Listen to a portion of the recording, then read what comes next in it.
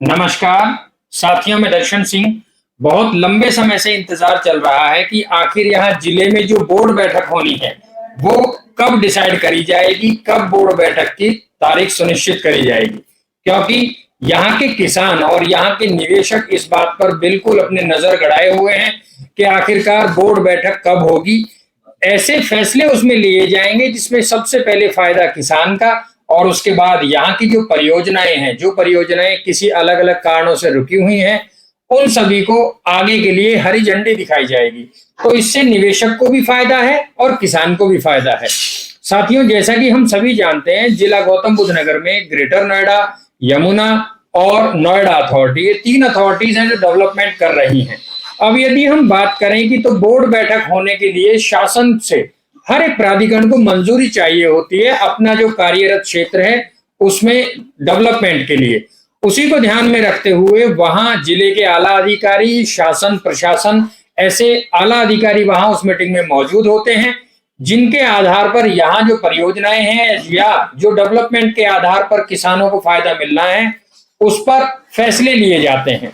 अब पहले यदि मैं बात करूं तो अब बीते दिन यानी सोमवार को 83वीं बोर्ड बैठक हुई यमुना प्राधिकरण की, जिसमें यमुना प्राधिकरण के सीईओ और आला अधिकारी शासन प्रशासन के मौजूद रहे और यहाँ 51 ऐसे फैसले लिए गए जो अलग अलग पॉइंट्स हैं जिस पर तमाम कहीं ना कहीं जो डेवलपमेंट है आधारित रहता है। साथियों, उसमें से सबसे बड़ा फैसला लिया गया यहाँ के किसानों के हक में। जो 7% भूखंड है जो काफी लंबे समय से किसानों को नहीं मिले हैं, उस पर बहुत जल्द कदम उठाकर हर एक किसान को, हर एक गांव को किसान कोटा प्लॉट दिया जाए, इस पर फैसला लिया गया।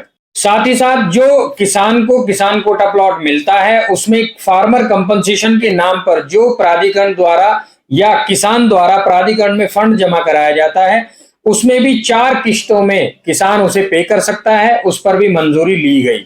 साथ ही साथ साथियों, यहाँ की सबसे बड़ी परियोजना नोएडा इंटरनेशनल एयरपोर्ट, उसको ध्यान में रखते हुए जो आसपास के राज्य हैं, राजस्थान, हरियाणा, मध्य प्रदेश, यूपी के अलग अलग हिस्से, कुल मिलाकर 26 ऐसे जिले जहां से 105 बसेस को मंजूरी मिली जो यहां एयरपोर्ट के लिए आवागमन में इस्तेमाल करी जाएंगी। ऐसे रूट तैयार करे जाएंगे।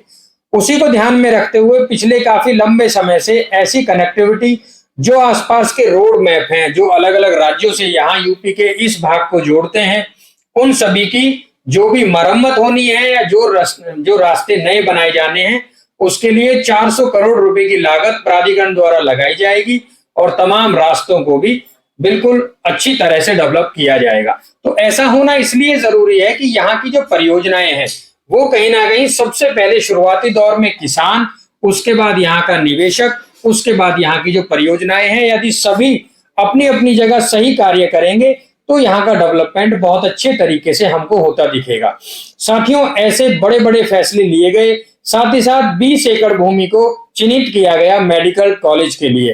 तो और उसी तरह से सेक्टर 22F में आगे चल के बनने वाली 6 यूनिवर्सिटीज की भी बात रखी गई और तमाम परियोजनाएं ऐसी रखी गई जिसके आधार पर यहाँ मल्टीनेशनल कंपनीज जो जमीन मांग रही हैं उनको हम समय अनुसार जमीन दे सकें। उसके लिए एक्विजिशन का टाइम से होना बहुत जरूरी है और एक्विजिशन करने के लिए सबसे पहली जरूरत होती है फंड की। तो इस तरह की बहुत बड़े बड़े पॉइंट्स वहां रखे गए और सभी को हरी झंडी देते हुए अब बहुत जल्द यहाँ का जो डेवलपमेंट है वो आपको नई दिशा में और अच्छी रफ्तार से होता हुआ दिखेगा।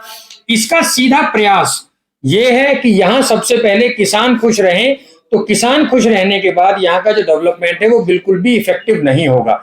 साथ ही साथ साथियों, सेक्टर 18 को भी बढ़ाने की बात कही गई, जिसमें अलग अलग पॉकेट्स बढ़ाने के लिए नया अधिग्रहण करना जरूरी है। यहाँ सेक्टर 18 में 9B और ऐसे कई पॉकेट्स बढ़ाए जाएंगे जिसमें अलग अलग तरह के प्लॉट्स और स्कीम्स को भी लाया जाएगा। आगे आने वाले समय में यमुना प्राधिकरण ने कई स्कीम्स को लाने की बात कही जिसमें बहुत अधिक संख्या में यहाँ छोटे से छोटा और बड़े से बड़ा निवेशक यहाँ निवेश कर सके। सभी को ध्यान में रखते हुए भविष्य में ऐसी स्कीम भी प्राधिकरण लेकर आएगा। तो इस तरह की बहुत बड़ी संख्या में यहाँ पर डेवलपमेंट की चीजें रखी गई। 51 ऐसे पॉइंट थे जिन पर बोर्ड मीटिंग में फैसला लिया गया और आगे जिले में जो और भी अधिग्रहण होना है, जैसे new Noida, new greater Noida, वहां की जो बोर्ड मीटिंग है उसके लिए अभी तक प्रस्तावित ये है कि आने वाली 28 मार्च को एक बोर्ड मीटिंग रखी जाएगी। हो सकता है उसमें किसानों के लिए मुआवजा क्या दिया जाए और यहाँ नए अधिग्रहण में जो फैसले होने हैं वो सब फैसले लिए जाएं। तो इस तरह से हर किसान का मन है, हर किसान चाहता है कि सबसे पहले उन्हें उनकी जमीन से उनके मन अनुसार भरपाई मिले, फिर कहीं ना कहीं इस पर किसान के फायदे के बाद आगे डेवलपमेंट किया जाए। प्राधिकरण की इस बात को लेकर सचेत है और वो भी यही चाहता है कि शासन को हर एक बात पहुंचा दी जाए और शासन से मंजूरी मिलने के बाद ही यहाँ पर किसान के फायदे के साथ साथ डेवलपमेंट हो। तो साथियों, यहाँ डेवलपमेंट चारों ही तरफ बहुत अच्छी तरह से कर दिया जा रहा है। आप देखेंगे नया अधिग्रहण भी कहीं ना कहीं यहाँ प्राधिकरण द्वारा आने वाले कुछ ही वर्ष में कर लिया जाएगा और आसपास के जिले पूरी तरह से डेवलप कर दिए जाएंगे। जिला गौतम बुद्ध नगर के साथ साथ जिला बुलंदशहर यहाँ और जिला अलीगढ़ के तक यहाँ डेवलपमेंट पहुंचने वाला है। ऐसा ही इसलिए चिन्हित किया गया कि एयरपोर्ट से आगे भी 6000 हेक्टेयर भूमि को चिन्हित करा गया है प्राधिकरण क्षेत्र में, जो यमुना प्राधिकरण द्वारा अधिग्रहण किया जाएगा। तो तमाम चीजें ऐसी हैं जिस पर बहुत जल्द और बहुत बड़े फैसले लिए जाने वाले हैं। आज वो समय है जब आप यहाँ निवेश करके अच्छा मुनाफा कमा सकते हैं।